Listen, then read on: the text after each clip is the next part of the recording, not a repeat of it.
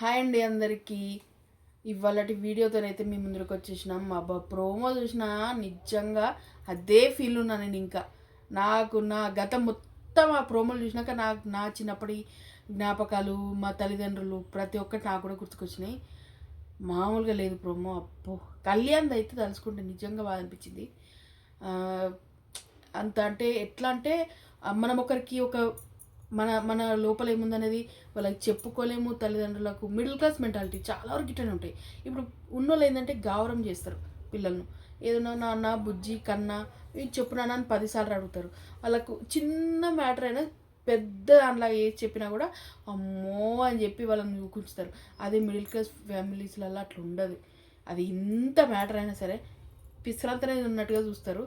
అందుకని చాలా వరకు పిల్లలు కూడా మనసులో దాచిపెట్టుకొని సఫర్ అయ్యి అట్లాంటివి చాలా ఉంటాయి. కానీ నాకు అది అబ్బా, ఇమ్ముది ఒక రేంజ్లో ఉంది. ఇమ్ముదేమో వాళ్ళ అంటే ఇద్దరు పిల్లల్ని పెంచేంత స్తోమత కూడా లేని ఫ్యామిలీ నుంచి అని చెప్పి, తర్వాత తనూజ అది ఒక్కొక్కరిది తెలుసుకుంటే తనూజ అయితే అంత ఏం లేదు కానీ మెయిన్ అంటే నార్మల్ అంటే వీళ్ళిద్దరు సిచ్యువేషన్ ఆడపిల్లను ఒక తల్లి సపోర్ట్ అర్థం చేసుకొని అంత సపోర్ట్ ఇవ్వడము అది అయితే నిజంగా గ్రేట్.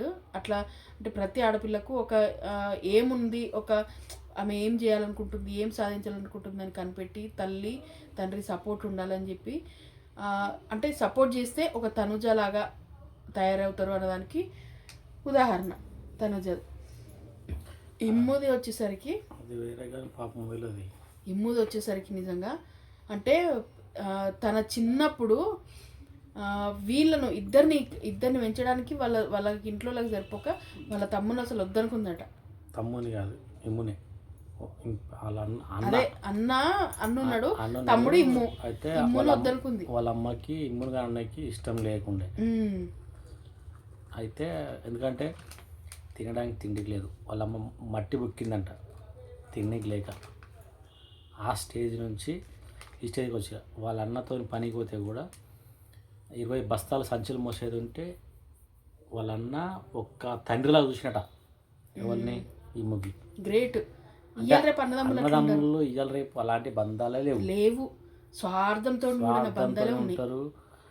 వాడు ఎదుగుతా చూడరు, వాడు తక్కువ ఉన్నా వీడు నవ్వుతాడు. అన్నదమ్ములలో కూడా ఇలాంటివి ఉన్నాయి. కాకపోతే ఏంటంటే వీళ్ళు ఎట్లుందంటే మంచి బాండింగ్ ఉంది. 20 బస్తాల్లో అంటే ఒకరికి 20 బస్తాలు మోయాలంట. 20 బస్తాలు సపోజ్ చెప్పిండు. 20 బస్తాలు మోసేది ఉంటే దాంట్లో 5 బస్తాలే ఇమ్ముతో మోయించి 15 బస్తాలు వాళ్ళ అన్న మోసి. ఇయ్యాల పొగలు ఉంటారు. వాడు తింటలేడా సమానంగా, వాడు ఆస్తి పంచుకోడా సమానంగా అనే రోజులు ఉన్నాయి ఇవాళ రేపు. కష్టం వానికి ఎందుకు సుఖపడాలి, వాడు కూడా కష్టపడాలి, వాడెందుకు మంచిగా తినాలి, వాడు ఎండాలి అని చెప్పి ఇట్లాంటి మాటలు మాట్లాడేటోళ్ళు ఉన్నారు. అంటే ఒక మనిషిని ఎట్లా దిగజార్చాలి అనే లెక్కలు ఉన్నారు ఇప్పుడు అన్నదమ్ములు. నిజంగా చెప్తున్నా, జెన్యున్గా ఎవరన్నా పర్సనల్గా మీరు ఏమన్నా తీసుకోండి కానీ హార్ట్ఫుల్గా చాలామంది అవును అని ఒప్పుకునేటోళ్ళు కూడా ఉంటారు. ఎందుకనంటే బయట జరిగేది అది. ఒకవేళ అన్న కన్నా తమ్ముడు కొంచెం ఎక్కువ ఉన్నాను అనుకోండి, అయిపోయినట్టే వాని పని, మన బతుక ఆనే నాశనం. వాడిని అన్ని శాపనార్థాలతో అన్ని మాటలతో కడిగిపోతారు. వాడు కొంచెం కూడా బాగుపడద్దు అనే రేంజ్లో ఉన్నది సమాజం. మనం అట్లాంటి దాంట్లో ఇమ్ముకు వాళ్ళ అన్న దొరకడం నిజంగా అదృష్టం. వాళ్ళ అన్న చేయబట్టే తను ఈ స్టేజ్కి వచ్చినా అని చెప్పడం అయితే నిజంగా నాకు సూపర్ అనిపించింది. అంటే అంత తిండి లేని స్థితి కానుంచి కష్టపడి ఇప్పుడు గొప్ప స్థాయిలో నిలబడ్డాడు.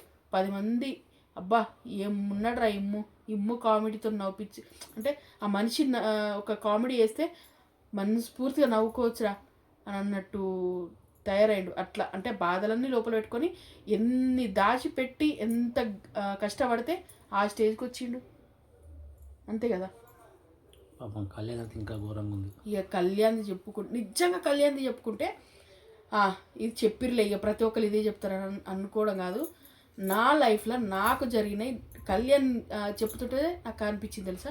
అంటే వాళ్ళ అమ్మతో ఏదైనా చెప్పుకోవాలన్నా చెప్పుకోలేకపోవడం, వాళ్ళ నాన్నతో ఏదైనా చెప్పుకోవాలన్నా చెప్పుకోలేకపోవడం, ఇట్లాంటివి విన్నాక నాకు కూడా నా లైఫ్లో కొన్ని అట్లనే జరిగినాయి. అట్లాంటి సిచ్యువేషన్లోనే నేనే కాదు ప్రతి మిడిల్ క్లాస్ ఫ్యామిలీస్కి పిల్లలకు ఇట్లా తల్లిదండ్రులకు ఎక్కువ ఎక్స్ప్లెయిన్ చేయలేరు, చెప్పుకోలేరు. బాధలు, కొన్ని అసంతోషాలు, ఎమోషన్స్, ఎఫెక్షన్స్ అంతే కదా, చెప్పుకోలేరు నిజంగా. అట్లాంటి ఆ పిల్లాడు వేస్తుంది, నాకు కూడా బాధ అయింది, ఇలా మస్తు బాధ అనిపించింది. ఒకటి చెప్పిండు కదా, హాస్టల్లో ఉండి అదే సండే రాగానే ఇట్లా ఫోన్ కోసం ఎదురు చూసిన అని. నా లైఫ్లో నేను కూడా అట్లనే చూసిన. ఏఎన్ఎం చేస్తున్నప్పుడు ఇంట్లో నుంచి ఫోన్ రాకపోతుండే. ఈయన ఒక్కడు లవ్ చేసిండు కాబట్టి ఈయన ఫోన్ అప్పుడో ఇప్పుడు వస్తుండే, కానీ ఇంట్లో నుంచి ఏ ఫోన్ రాకపోతుండే నాకైతే. చాలాసార్లు ఏడిచిన నేను. హాస్టల్లో మాకు తాత ఉంటుండే, అక్కడ కళ్యాణ్ అన్నాడు చూడండి, హాస్టల్ వార్డెన్ అని చెప్పి, మాకు అక్కడ ఒక తాత ఉంటుండే. ఆ తాతది కొమ్ర వెళ్ళి ఆ తాత కూర్చొని, ఏ పిల్ల నేను లేనత్తి, ఎందుకు ఏడుస్తావు, నేనున్నా కదా అని చెప్పి.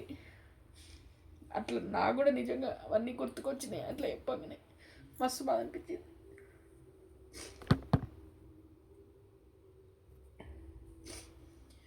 ఇంకొకటి అంటే తల్లికి ఇట్లా ఏమన్నా ఉంటే చెప్పుకోలేను అన్నాడు చూడండి. నాకు కూడా చిన్నప్పుడే అమ్మాయి అనిపోయింది కదా, చెప్పలేకపోయింది ఏదైనా ఉంటే ఇంట్లో. అంటే నానమ్మ, ఇప్పుడు ఆ నానమ్మనే దానికి మేము ఎక్కువ పడ్డాను, ఇద్దరం తమ్ముడు నేను కాబట్టి. ఏదైనా అంటే ఇద్దరి మమ్మల్ని సాదుడే ఎక్కువ. ఎందుకనంటే అమ్మమ్మ వాళ్ళు వద్దనుకున్నారు అమ్మాయి అనిపోగానే. నానమ్మ వాళ్ళ సైడ్ చుట్టాలందరూ వచ్చేసిర్రు. అమ్మాయి అనిపోయినాగానే మమ్మల్ని అక్కడ వదిలిపెట్టేసిర్రు, వచ్చేసిర్రు. నానమ్మ ఒకటి, తమ్ముని నన్ను పట్టుకుని ఉంది అమ్మాయి అనిపోయిన దగ్గర. అక్కడ నుంచి అసలు అందరు ఇష్టపెట్టేసిర్రు. నేను ఆ టైంలో ఎవరు అంటే మా ఊరమ్మే, కానీ మాకు తెలిసి అంటే మా క్లోజ్ కాదు, మా చుట్టాలు కాదు. ఆమెను పట్టుకొని ఆమె బస్ ఛార్జెస్ పెడితే నేను మా ఇంటికి వచ్చిన. అందరూ వదిలిపెట్టేసి వచ్చిర్రు అట్లా. అటు వాళ్ళు కాదనుకోండి, ఇటు వీళ్ళు కాదనుకోండి, ఒక మా నానమ్మ మా తమ్ముని మాత్రమే పట్టుకొని ఉంది. ఇన్ కేస్ ప్రతి దానికి నేను దాన్ని అన్నీ ఇట్లా అడిగి చేస్తే ఈ మాత్రం చూసేది కూడా మమ్మల్ని చూడదేమో అన్న ఇదికి కొన్ని విషయాలు మనసులోనే దాచిపెట్టుకున్నాం, కొన్ని కోరికలు కూడా మనసులోనే ఉంచుకున్నాం చాలా వరకు. అంటే అమ్మ లేదు కదా, అమ్మ లేనప్పుడు ఇవన్నీ ఏం చెప్పుకోలేమని చెప్పి. నాన్నేమో అమ్మ చనిపోయినాక కొన్ని రోజులకు తాగుడు అవన్నీ అడిక్ట్ అయ్యి అసలు మమ్మల్ని పట్టించుకునేటోడే కాదు. అవన్నీ నిజంగా కళ్యాణ్ అదంతా చెప్తుంటే నాకు నా లైఫ్లో నా స్టోరీ గుర్తుకొచ్చింది. నేను కూడా ఈ పేరెంట్స్తో ఏది కరెక్ట్గా అసలు ఇట్లా చిన్నపిల్లలాగా చేయడం కానీ, గౌరవపడడం కానీ కొందరు చూస్తుంటే అనిపిస్తుండే.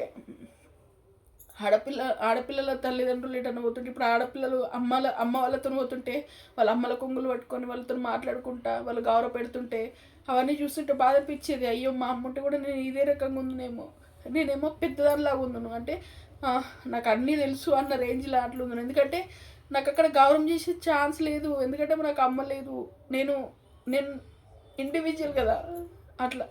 ఇప్పుడు అవతల పిల్లలేమో వాళ్ళ అమ్మలు ఉండేసరికి అంటే చిన్నపిల్ల అన్నట్టు వాళ్ళని గౌరవం చేసుకుంటే వెనకేసుకొచ్చేటోళ్ళు. మా చుట్టాల దాంట్లో కానీ లేకపోతే ఏమంటారు పాలొళ్ళు చుట్టూ ఉంటారు కదా అట్లా. నాకు ఇవన్నీ నాకు కళ్యాణ్ చెప్పే మాటలు వింటే నిజంగా అవన్నీ గుర్తుకొచ్చినాయి. అంటే ఇంత ఎమోషనల్ చేసింది బిగ్ బాస్ అనేది మామూలు కాదు. ఆ బిగ్ బాస్ హౌస్లోనే కాదు, చుట్టూ ఉన్న ప్రజల్ని కూడా చాలా ఎమోషనల్, అంటే ఎమోషనల్స్ కానీ కోపాలు కానీ ఆవేశాలు కానీ ప్రతి ఒక్కటి బయట పెట్టింది ఈ షో అనే చెప్పొచ్చు. నాకు అందుకే ఈ షో అంటే అంత ఇష్టం. అదేదో లవ్ ట్రాక్ కోసమో వాళ్ళు హక్కులు చేసుకుంటారు, వాళ్ళు ముద్దులు ఇచ్చుకుంటారు, ఇట్లాంటివి అన్నీ పక్కన పెడితే ఇట్లాంటి ఎమోషన్స్ కనీసం కొందరు చూసినా కూడా అరే నిజం కదా, ఇది రియల్ కదా, ఇది మన లైఫ్లో కూడా జరిగింది కదా అని చెప్పి. కళ్యాణ్ లైఫ్లో జరిగింది నా లైఫ్లో డిట్టు బై డిట్టు జరిగింది. చాలా సీన్స్ నేను చాలా ఎమోషనల్ ఫీల్ అయినా తెలుసా ఆ సీన్స్ చూసి. మీరు అనుకుంటుండొచ్చు కెమెరా ముందు కావాలని ఏడుస్తారు, అస్సలు కాదు. లోపల నుంచి అవన్నీ బాధలు అట్లా వస్తున్నాయి బయటికి, అంతే. అది కావాలనో యాక్టింగ్ అనో అస్సలు లేదు. ఆ ఎమోషనల్స్ నాకు అవి ఆ సీన్స్ అవన్నీ గుర్తుకొస్తున్నాయి. హాస్టల్లో కూర్చుని వాటి దగ్గర కూర్చున్న సీన్ అన్నాడు యాజ్ ఇట్ ఇస్ నా స్టోరీ నా లైఫ్లో జరిగింది. ఎందరికో ఫోన్లు వస్తుండే సండే రాగానే, ఎందరో ఫోన్లు పోయి అమ్మ అని వాళ్ళ చుట్టాలని ఎందరితోనో మాట్లాడుతుంటే నేనైతే తర్వాత వచ్చి మా ఫ్రెండ్స్ అయ్యో నీకు ఇప్పుడు ఈ వారం కూడా ఫోన్ రాలేదా, ఈ వారం కూడా ఎవరు ఫోన్ చేయలేదా అని అంటుంటే మస్తు బాధపడుతుంటే, అదే నాకు అమ్ముంటే ఆ ఫోన్ నాకు కూడా వస్తుండేనేమో అని. ఇట్లాంటి నేను నిజంగా మస్తు ఫేస్ చేసిన నా లైఫ్లో. నాకు అందుకే కళ్యాణ్ ప్రోమో చూడంగానే మస్తు ఏడుపు వచ్చింది బేబే.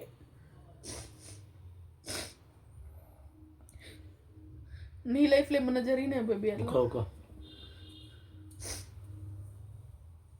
అన్నీ మన మంచికి కొన్ని జరుగుతాయి, పెళ్ళికి ముందు అదంటే కొన్ని అవుతాయి. పెళ్ళి తర్వాత కూడా చాలా ప్రాబ్లమ్స్ ఫేస్ చేసినాం, కానీ నాకు పెళ్ళికి ముందు ఈ ఫేస్ చేసినవి అన్నీ అంటే పేరెంట్స్ దగ్గర ఉండి ప్రేమగా అపురూపంగా పెరుగుతారు కదా పిల్లలు, గౌరవంగా. అంటే కొందరు చెప్పుకుంటారు, అబ్బా నేను పుట్టింట్లో ఉండగా ఇట్లుందుంటి అట్లుందుంటి, నేను ఇంత గౌరవంగా పెరిగినా, నాకు పెళ్ళి కాక ముందు లైఫ్ బాగుంది అని. నాకు గొప్పగా చెప్పుకోవడానికి ఏదీ లేదు అట్లా. అటు పెళ్ళి కాకముందు గొప్ప లేదు, పెళ్ళైనాక కూడా మేము కష్టపడుతూనే ఉన్నాం, ఇప్పటికీ కష్టపడుతూనే ఉన్నాం. ఏది గొప్ప లేదు. గొప్పగా ఏదైనా ఉంది అంటే నాకు ఒకటి దారి చూపించింది అంటే ఆ దేవుడు నాకు దారి చూపించినాయి మన భర్తనే తప్ప, ఇంకా నా లైఫ్లో ఇంకా గొప్పదంటే నాకు ఇప్పటివరకు ఏది లేదు. నాకు తెలిసి ఇంకా వస్తుందో రాదు కూడా నేను ఊహించుకోలేను. అది చాలా ఎమోషనల్ అయిన మీరు ఆ వీడియో చూసి అబ్బాయి ఏంద్రా ఇట్లా ఏడుస్తుంది అని అనుకోవచ్చు, అది మీ ఒపీనియన్, ఇంకా నేను ఏం చేయలేను. కానీ నాకు నా లైఫ్లో అది జరిగిన సీన్స్ అన్నీ ఈ ప్రోమో చూడగానే బాగా గుర్తుకొచ్చినాయి. ప్రోమో కూడా అంటే ఖచ్చితంగా ఈ ఎపిసోడ్ ఎంతమంది చూస్తారు అంతమంది కళ్ళలో నీళ్ళు తిరగకపోతే నా పేరు వేరే పేరు పెట్టారు మీరు. మన ఛానల్ పేరు కూడా మార్చుకున్నా సరే, కానీ చాలా ఎమోషనల్ అవుతుంది. ఖచ్చితంగా ఎమోషనల్ వీడియో అని చెప్పాలి ఇదైతే. నువ్వెందుకు ఏడుస్తున్నావురా? నువ్వెందుకు ఏడుస్తున్నావు డాడీ? ఓకో పోరా, ఏడుస్తున్నాను పెడుతున్నావు. నేను ఉన్నా కదా డాడీ, నాకంటే అమ్మలేదు, నీకున్నా కదా. నా చిన్నప్పుడు అమ్మలేదు కాబట్టి నేను చెప్పుకుంటున్నా నేను ఎట్లా అనుభవించిన అని చెప్పి. నీకు అట్లా కాదు కదా. ఆడపిల్లలకైతే ఇంకా కళ్యాణ్ అక్కడ మగపిల్లడు, కానీ నా లైఫ్లో అంటే నా పర్సనల్గా నేను ఆడపిల్లని కదా, నాకు చాలా పర్సనల్ ఉంటుండే. కానీ చెప్పుకుందామంటే నానమ్మకేమో కొన్ని తెలిసేటివి కాదు, ఎవరికి చెప్పుకోవాలని కూడా అర్థం కాకపోతుండే. చాలా కష్టపడ్డా అంటే అవి చెప్పుకోలేని కష్టాలు, ఓర్చుకోలేని బాధలు అన్నట్టు. నాకు నిజంగా అబ్బా ఎమోషనల్ నాకు అయిపోవట్లేదు అది చూసినాక. కళ్యాణ్ పాపం అందుకేనే ఎప్పుడు చూసినా పేరెంట్స్ గురించి గుర్తే చేయడు, అంటే అంత దూరం ఉండబట్టికేనా. బాండింగ్ తెలియదంట, అమ్మాయితో తిరిగే బాండింగ్ తెలియదంట, ఆయనతో తిరిగిన బాండింగ్ తెలియదంట, ఇటు పోయినా అటు పోయినా. అందుకే ఇక ఆర్మీకి వెళ్ళిపోయాడు కదా. ఈ ఆర్మీ ఎక్కడ ఉన్న అంతే ఆయనకి, ఆ ఇంట్లో ఉన్న అంతే ఉంది, దానికి హాస్టల్ ఉన్న అంతే ఉంది, ఆర్మీ ఉన్న అంతే ఉంది. కొన్ని ఉంటాయి మనం ఏం చేస్తాం. ఇగో ఇది రాత మంచిగా ఉండాలి అంతే.